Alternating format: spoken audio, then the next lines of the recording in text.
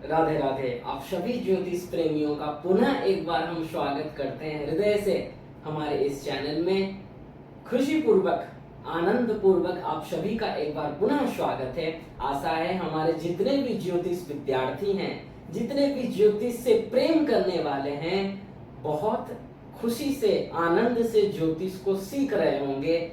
और अब तक हमने समझा, होरा शास्त्र को हम समझ रहे हैं, उनमें हम ग्रह को समझ चुके, राशियों को समझ चुके, नक्षत्रों को समझ चुके, उनके विस्तार को समझ चुके, कौन सा ग्रह किस चीज का कारकत्व रखता है उसको भी समझ चुके, कौन सा ग्रह शुभ है, कौन सा ग्रह अशुभ है, नैसर्गिक रूप में अर्थात नेचुरल रूप से कौन सा ग्रह शुभ है, कौन सा ग्रह अशुभ है, ये भी हम समझ चुके। और कौन सा ग्रह से परिवार के किस सदस्य का विचार करते हैं, ये भी हम समझ चुके। तो आज समझेंगे कि कौन से ग्रह से किस तत्व का विचार करते हैं। और जितने भी हमारे नए दर्शक हैं, पहली बार इस चैनल में आए हैं, तो आपसे यही निवेदन है, यदि आप वैदिक ज्योतिष को सटीक रूप से समझना चाहते हैं तो पहले वीडियो में जाइए, पहले प्रवचन को सुनिए, पहले लेक्चर को सुनिए, फिर आगे बढ़ते रहिए। क्योंकि डायरेक्ट आप यहाँ पर आओगे, पहले हम बहुत बातें बता चुके हैं जो आपको जानना परमा आवश्यक है। क्योंकि यदि आपसे कोई पूछेगा कि इस जातक को भाई का सुख है या नहीं है, तब आप क्या करोगे? ये हम पहले बता चुके हैं। इसको जानने के लिए आप पहले के लेक्चर को सुनिए। तो आइए आज कौन से ग्रह कौन से तत्व को रिप्रेजेंट करते हैं ये समझेंगे। हम सभी जानते हैं कि हमारा शरीर 5 तत्व से बना है। क्या क्या? क्षितिज, जल, पावक, गगन, समीरा, पंच रचित यह अधम शरीरा। ये समस्त संसार पंच महाभूत का है। तो हमारा शरीर पंच तत्व से बना है। क्या क्या? क्षितिज, जल, पावक, गगन, समीरा। 5 तत्व, क्षितिज, जल, पावक, गगन, समीरा। तो आप लोगों का ध्यान अभी बोर्ड में होना चाहिए और हम जो कह रहे हैं उस पर ध्यान दीजिए, अन्यथा आप नहीं समझ पाओगे। वैसे है कुछ नहीं, बहुत आसान है, लेकिन क्यों इसको ये तत्व का कहा गया वो हमें समझना है। तो क्षिति अर्थात पृथ्वी, जल, पावक अग्नि, गगन आकाश और समीरा वायु।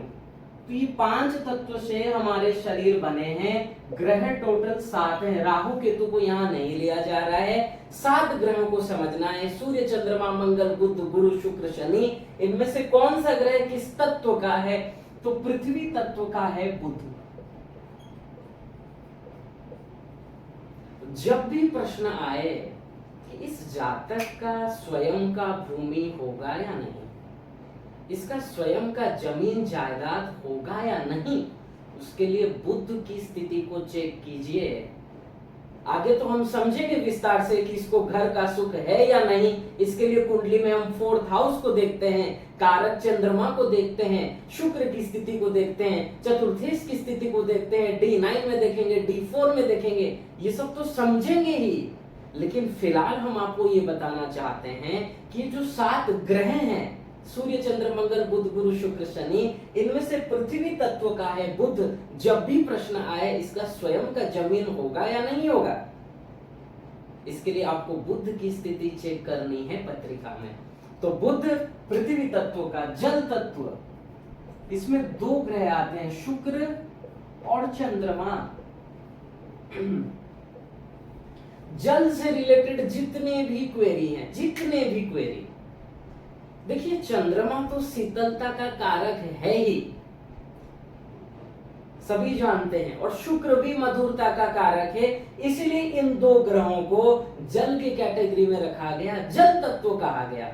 और जितने भी जल से संबंधित प्रश्न हैं, ये जातक स्विमिंग सीखेगा या नहीं सीखेगा, ये दोनों की स्थिति देखो। और मुख्य रूप से आपको चंद्रमा की स्थिति देखनी है। जितने भी शरीर में जल, नदी, समुद्र, जितने भी जल हैं, सभी का विचार चंद्रमा से करना है। सभी का विचार आप किससे करोगे? चंद्रमा से। तो जल तत्व के अंडर में आए शुक्र और चंद्रमा। जल से संबंधित जब भी कोई प्रश्न आपके मन में आए, ये दोनों ग्रह की स्थिति को देखना मत भूलिएगा, और खास करके इस चंद्रमा की स्थिति को देखना मत भूलिएगा। नेक्स्ट, अग्नि तत्व। आप सभी जानते हैं अग्नि, आग, तेज, ये सब आप जान ही चुके होंगे। कौन कौन? सूर्य और मंगल। मंगल और सूर्य। जितने भी अग्नि से रिलेटेड क्वेरी, कहीं आग लग गया, दुर्घटना हो गया, तो ये समस्त क्वेरी हम मंगल से देखेंगे और मुख्य रूप से सूर्य से देखेंगे कि सूर्य मुख्य रूप से अग्नि का कारक है। ये सूर्य, मंगल तो है ही अग्नि का कारक, जैसे यहाँ पर शुक्र जल का कारक है, लेकिन मुख्य रूप से चंद्रमा कारक है, ऐसे ही मुख्य रूप से अग्नि का कारक कौन है? सूर्य। क्योंकि सूर्य को जब देखते हो, क्या है वो? जिसके प्रकाश से ये समस्त पृथ्वी प्रकाशित है, ऐसा है वो सूर्य, ऐसा है उसका तेज प्रकाश। इसलिए अग्नि तत्व के अंडर में आएंगे मंगल और सूर्य। आकाश, गुरु, जुपिटर। आकाश तत्व, बहुत से लोग सोचते हैं कि ये आकाश है, जो हम ऊपर देखते हैं यही आकाश है। नहीं, हम और आप आकाश में बैठे हैं, ये जितनी भी खाली जगह हैं ये आकाश है। जितने भी खाली जगह वो है महाकाश। एक घड़ा ले लीजिए, घड़ा के अंदर में भी जो खाली जगह है उसे कहेंगे घटाकाश, और घड़ा फोड़ दो तो महाकाश में मिल गया। तो ये क्या है? आकाश तत्व। जितने भी खाली जगह, कितना विशाल है। और गुरु, ग्रहों में सबसे विशाल ग्रह कौन सा है? गुरु है, जुपिटर है। इसलिए गुरु को हम आकाश तत्व में रखेंगे। आकाश तत्व, गुरु, आकाश तत्व, गुरु से आकाश तत्व देखा जाता है। आकाश तत्व के अंडर में आता है कौन? गुरु। नेक्स्ट आया वायु तत्व। कौन बचा? शनि।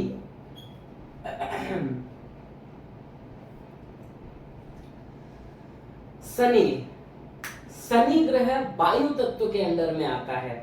जितने भी वायु से रिलेटेड रोग हैं, वात जन्य, हम सभी जानते हैं 3 प्रकार के रोग होते हैं, कफ, वात, पित्त। ये आगे समझेंगे कि कफ को किससे किससे देखते हैं, पित्त को किससे किससे देखते हैं। वायु जन्य रोग को हम शनि से देखते हैं, इसलिए शनि को रखा गया है वायु तत्व के अंडर में। तो ये 5 तत्वों को हमने समझा, जिसे हमने पहले आपको चौपाई बताई थी कि क्षितिजल पावक गगन समीरा। ये सभी ग्रह भी किसी न किसी तत्व के होते हैं। और आप ये यदि कहो कि शनि अशुभ ग्रह है, मंगल अशुभ ग्रह है, भाई ये सभी तत्व से हमारा शरीर बना है, कोई 1-2 तत्व से नहीं बना है, पंच तत्व से बना है, पंच तत्व में विलीन हो जाएगा। इसलिए इन सभी का जरूरत है हमारे शरीर को। इसलिए कोई भी ग्रह का कमजोर होना किसी की कुंडली में भी अच्छा नहीं है। सभी ग्रह किसी किसी तत्व को रिप्रेजेंट करते हैं, और सभी तत्व हमारे शरीर में चाहिए। एक भी कम ज्यादा हुआ तो रोग, वो अपना कुप्रभाव दिखाएगा। आशा है आप सभी को आज का पाठ अच्छा लगा होगा।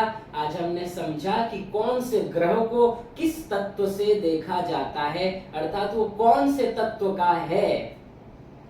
तो नेक्स्ट क्लास में आप सभी से फिर मुलाकात होगी। हम ऐसे ही ग्रहों के गुण स्वरूप को आगे समझते जाएंगे। आप लोग अधिक संख्या में आइए। यदि आप लोगों को ये अच्छा लगता हो तो अवश्य शेयर कीजिए, क्योंकि ये ज्ञान जितना प्रचारित होगा, जितना लोगों के पास जाएगा, उतना ही लोगों का फायदा होगा। आपको तो लाभ होगा ही, दूसरों को भी लाभ होगा जो इधर उधर भटक रहे हैं ज्योतिष को सीखने में। अरे कुछ भी आपके मतलब प्रश्न आ जाए, किसका ये जा रहा था गाड़ी जल गया, क्यों हुआ? मंगल की स्थिति को देखो, पत्रिका में दशा क्या चल रही थी, कहीं मंगल पीड़ित तो नहीं था? जब तक हम ग्रहों के गुण स्वरूप को नहीं समझेंगे, हम ज्योतिष नहीं समझ सकते। इसलिए ग्रहों के गुण स्वरूप को समझना परम आवश्यक है, और यही आपको समझाया जा रहा है। इसलिए ध्यान पूर्वक एक एक शब्द को सुनते रहिए, तब आप अच्छे ज्योतिषी बन जाएंगे। तो इजाजत चाहेंगे। और अभी एक निवेदन है, नवरात्रि चल रही है और आज दुर्गाष्टमी का परम पावन अवसर है। तो दुर्गा मैया की आराधना आप सभी कर रहे होंगे, यही आशा है। लेकिन लोगों के मन में प्रश्न आता है, मांगे क्या? देखिए, संसारी जो अज्ञानी लोग हैं, जो मूर्ख हैं, वो तो भगवान से मांगेंगे धन दे दो, दौलत दे दो, घर दे दो, बेटा दे दो, स्त्री दे दो, बिजनेस हो जाए, बहुत खरबपति हो जाए। मूर्ख लोग ये मांगेंगे। लेकिन जो बुद्धिमानी जीव हैं वो ये सब नहीं मांगेगा। वो क्या मांगेगा?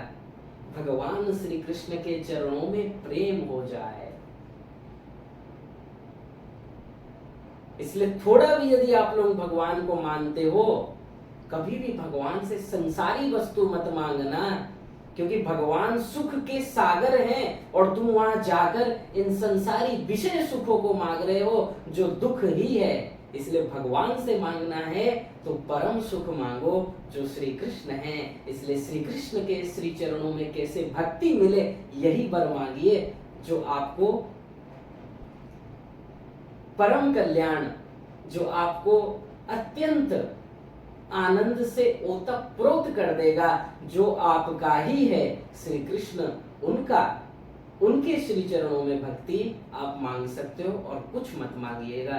तो नेक्स्ट क्लास में आप सभी से फिर मुलाकात होगी। इन पंच तत्वों को समझने का प्रयत्न कीजिएगा और अपने से भी व्याख्या कीजिएगा, ताकि आप भी, और जितना देखिए आप ग्रहों को समझने का प्रयत्न करेंगे उतना आप एक्सप्लेन कर पाएंगे। अपने से व्याख्या जब आप करने लगेंगे तो समझ लीजिए अब आप समझ रहे हैं ज्योतिष को। ठीक है, तो नेक्स्ट क्लास में आप सभी से फिर मुलाकात होगी। तब तक के लिए आप लोग प्रसन्न रहिए, स्वस्थ रहिए, ज्योतिष को सीखते रहिए और भगवान से प्रेम करते रहिए। राधे राधे।